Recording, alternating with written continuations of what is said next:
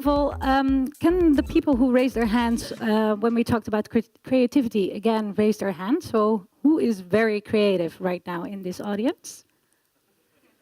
Okay, good to know, good to know. So I will get some backups because, to be honest, I like to be coloring outside of the box, of course, as I am a creative, so I'm going to do this slightly different. I don't have hacks for you guys. I don't have anything very well prepared about like the 5 steps that we need to do. Because actually, I think that everyone already knows Tate as a company, and I think the biggest hack is Tate. Because I'm working in this eyewear industry, which is the driest creative industry I know, actually. And before I actually started working at Tate, I was nothing to do with eyewear. I was not working at eyewear. I had no clue. I'm not even in need for eyewear, so I'm not wearing prescription lenses at all. I was just a creative designer. So when I started at Tate, I was the 10th hire of Tate, so it was a very small company still. People are really doubting on what we were going to do because this industry is a really, really old industry, and they don't really know what creativity can do within this kind of industry. Because to be honest, I don't see that many Tate frames in the audience. Only my colleagues, of course, over here. Someone then. But the customer who's wearing eyewear and eyeglasses is actually more used to wear them for 10 years. So the life cycle of a normal eyewear product is like a 10-year cycle. So what Tate did is that we crushed it, actually, by doing it differently, selling glasses online. So in the Netherlands, we were the first competitor who was actually selling glasses online, and I think that's interesting. But because I think everybody knows Tate, and if you don't, please come up and I will tell you everything about it, or my colleagues will do. I wanted to point out the creativity within the brand. So this is our newest collection, actually. And what is different with selling eyewear with Tate is that we started to do the customer care service on a very American-based level. So in the Netherlands, we weren't really used to have a really, really, really good service base. And actually in eyewear, the normal people buy their frames, or the normal people, let's say before they knew Tate, of course, they bought their frames in the eyewear shops with the opticians, where you can just walk in and he will select some frames for you, look at your face, try some on, you buy them, they measure your eyes, you get prescription lenses inserted, and then you walk away with your frames. And I actually think that the good customer service care of Tate is actually a totally different approach. So what we did is that we have the biggest group actually at the headquarters right now is customer service. So what we do is that we have so much different things surrounding our frames what we can do to help you guys out with. So for example, when somebody complains, at the moment we have created a collaboration with Hot Sauce. So we're selling, or not selling actually, we're selling frames, but when somebody is complaining about something about our frames, because maybe there's a slight delay or something like that, we can send them a bottle of hot sauce, which has nothing to do with eyewear, of course, but it's still connecting the customer to get to our brand and stay aligned with us and keep on waiting on their sauce or on their frames when they're eating the sauce. The different one, what we also do is that we present our frames actually on a fashion base. So we're actually from the normal eyewear industry trying to do it on a creative level. So what you see as well in our photography, we do it on a very fashion-based brand. This is the current collection actually, just launched, just came out of it, with the sunnies as well. But what we also try to do is, within our stores, we try to do it differently. So what we do is that we go to the local markets, we really dig into what's going on in the cities that we're opening stores. And actually, one of the hacks actually is that the former industry thought that when we were selling our frames online, that we were losing our thought and our mission to sell frames online when we opened our first stores, because we're thinking like, ha, see, they need real stores to get their prescription lenses in, to get to the people, to get the service out there. But for us, it was differently, because for us, it was just an opportunity to show how different we wanted to do it, to show our creativity. Because what we do in our stores, and I will slightly get to the slides of the stores, is we don't have a certain structure to enroll our frames into the store. So what you see actually is on the side, we do have a design on how you present your frames in store, but we don't have a normal counter, a normal optician room or stuff, how we always place our frames on a certain way. No, we're going into the city, we connect with the people locally. So we have a local constructor, we have local designers, and we actually use those people to create a different store, a different theme, a different feeling in every different store. As you also will see in all the pictures, and please focus on this little thing here, but if you see in the other stores as well, everywhere there is something with design. So we collaborate together with creatives from different industries. So maybe it's an illustrator, maybe it's a photographer, maybe it's even I think this is even with a rapper or with an art, a guy who actually draws sentences all the time. We collaborate with them to turn their design, so their creative mind, into a neon light. We are not aware of how to make the neon light, so we collaborate with a company, of course, who is making neon lights and turn their artworks into neons connecting to the local cities. For example, in Hamburg, which is a very, very, very big store right now, they have a theme, hide and seek. So in that store, actually, you need to really hide and seek towards our frames. So when you come in, you don't even see the frame. So you're not really aware that it's actually selling eyewear frames at the moment. So what we really want to do is not be just a normal eyewear brand, to be honest. And it's the same in the design in the stores as well. All the stores are different. We also do work a lot with the local people to connect on who is working in our stores, who is designing our stores, which frames are we going to present in those stores. We collaborate with events as well, so we host our own events, but we also attend to certain events to get a very different crowd into the eyewear industry. So this is also another store of this world.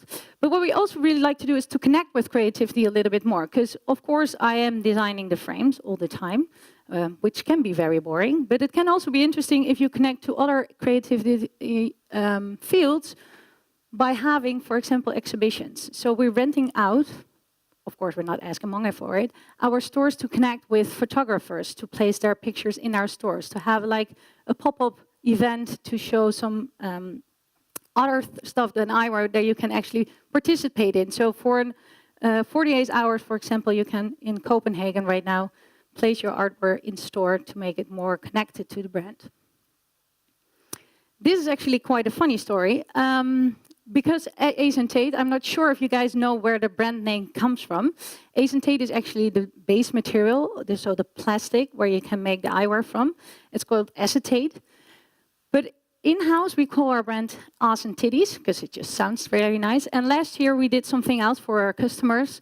We actually did a Christmas hack, which means that we made this Christmas opening thing that you every day before you get Christmas, you can unlock like a little thing. You used to get chocolates, of course, or candies. But with us, we collaborated with creative artists who made a drawing or a photo what has to do with asses or titties. So every day you can unlock a little photo or actually illustration from an ass or titties, and every day you could apply and win this drawing as well. We get a lot of negativity reactions on this because it was too perverse and it was not really an eyewear thing, and it has to do with that. But that's exactly what we wanted it, actually, because we like to do this, and we really like to be different than just selling frames and just making frames, actually. So this is one of the things that we do. On the other hand, in the brand, of course, so we have the designs which are normal. We're not going outrageous. We're not aiming to be very creative in our designs. So the designs of the eyewear is just a good pair of glasses. How we sell them is different, creative. We do it online. We're trying to be a fashion brand instead of a normal optician store. What we do with our photography is on a fashion base. It's way better presented, I think, or more interesting to see than just a normal photo from a frame.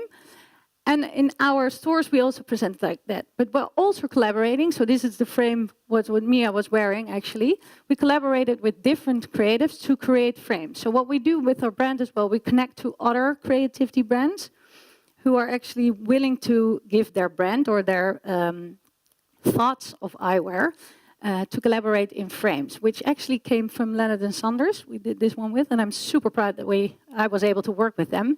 Because when you collaborate with people who have nothing to do with your industry, you ask a different question. And that's also something I think that is really, really interesting in Tate, because next to our main optician and our opticians in store, nobody at the headquarters has ever worked in eyewear before. So everything we do, we questionnaire. So we questionnaire about why is the normal retail of eyewear actually doing it like that? Why are they presenting their frames like that? Why are the photography is done like that? Why are the designs made like that? And because we questionnaire, or because we can't lean on the former knowledge of eyewear, we need to interpret it on a creative way. So it's the same thing, for example, if you talk towards Mark and he, during the hiring process, because Mark, our owner, speaks to everyone still for the hiring process. His question is as well, like, which music brand do you like? Because Mark is nuts on music. Every frame actually has a name in our store, named after a musician or an artist. So we have the Hudson, and we have the Soul, which is Soul Hudson.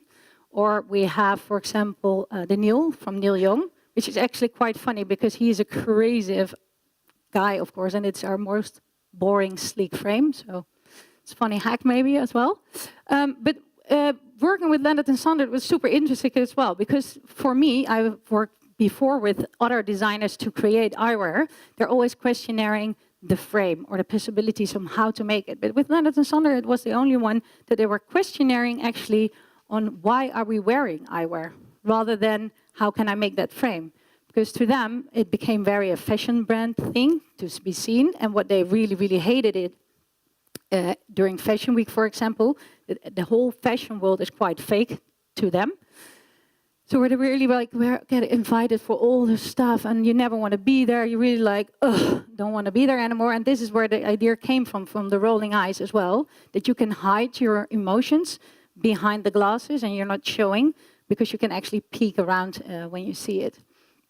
So I think that for me as a designer, it's such a boring thing to create frames, but if you hack yourself with creativity, it becomes very interesting. Because one thing what people mostly forget when you design frames is that actually it's a medical device. So everyone knows Tate by its creativity, but most people forget that when I design something, I always need to know what is the medical reason behind it, because you're still designing something to make your vision better, actually, and to extend the vision in a better shape. So for me, it's sometimes so hard to not look to faces and noses and ears when you're actually designing. I see an Tate frame. Yay, on front row, actually. Wow, always nice to see it. So when you look in your audience, for example, I already know who will fit which frame, because you always have the ethnical shapes of the faces where you need to design for. But within the company, nothing is really driven by the thing of eyewear. So my biggest tip for you all is actually questionnaire whatever you do. In our company, we're all gathered together with the talent, because you're capable of developing or you're capable of selling frames, or you're really, really good in marketing, but nobody knows on how the eyewear industry formerly was working. So what is super interesting is to questionnaire yourself is, why am I here and what are we actually doing all the time? And try to keep the creativity alive and ask your people all the time to have a different vision, of course, a vision in eyewear, to really push their levels on a higher level and get to the point that you're on a certain pace that you think like, yes, I can trust in that we're really going to sell this thing. So that's my biggest tip for you guys. You're welcome. Hello. Thank you. Questionnaire everything. Yes, everything. please. Please. It all started 5 years ago. Mark de Lange started the company. Yes. 3.5 years ago you joined. Yes. You're number 10. Now there are working already 120 people at the headquarters of Tate. Yes. What's next? How will you conclude 2017 high-fiving? High-fiving. Well, I think that we're aiming for to get like the strongest competitor, of course, in Europe. But I think the most important thing for Tate right now is to stabilize, to really do what we do. And because when you grow so big, in 4 years, we're like from 10 to 120, the best thing you can do is communicate internally. So I think it's better to stabilize, rethink everything what you did, keep on going, of course, keep on growing. But I think the biggest lesson of 2017 is look inside. This year, yes. and then next year. And then. Because now you're in Europe. Yes. What will be the challenges? Are you going to Expand. Yeah? I think that Mark will answer that question with yes. Yeah. For me, as a designer, I hope we're not going that fast because it has to do with ethnics as well. Yeah. Our frames are not our frames are not wearable, for example, for the Asian market because we don't have the Asian fit. So Is that something you want to develop?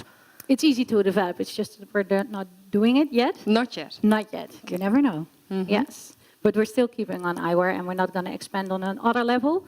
But I think that we really want to try to become the biggest in Europe. Yes, for sure. In Europe. And because it's funny, because now I'm aware when we all have drinks upstairs and we will have a chat with you, we know that you're looking at us what kind of eyewear we should wear. But I'm wondering, because right now everyone likes glasses. Are you afraid, because it's a medical product, are you afraid for, say, people that laser their eyes or stuff? No, I think that eyewear will ever be there. Yeah. Yeah, of course, the technology will get there, but eyewear really is usable as well to express yourself. You really build a character with it. And besides, of course, the prescription lenses, there's a whole world of sunnies. And sunglasses are always needed because you can't laser your eyes to get less UV inside your eyes. So we're always necessary. We always need glasses. We always need glasses. Thank you. Thank you for giving the context. Welcome. Applause for Lauren. Thank you.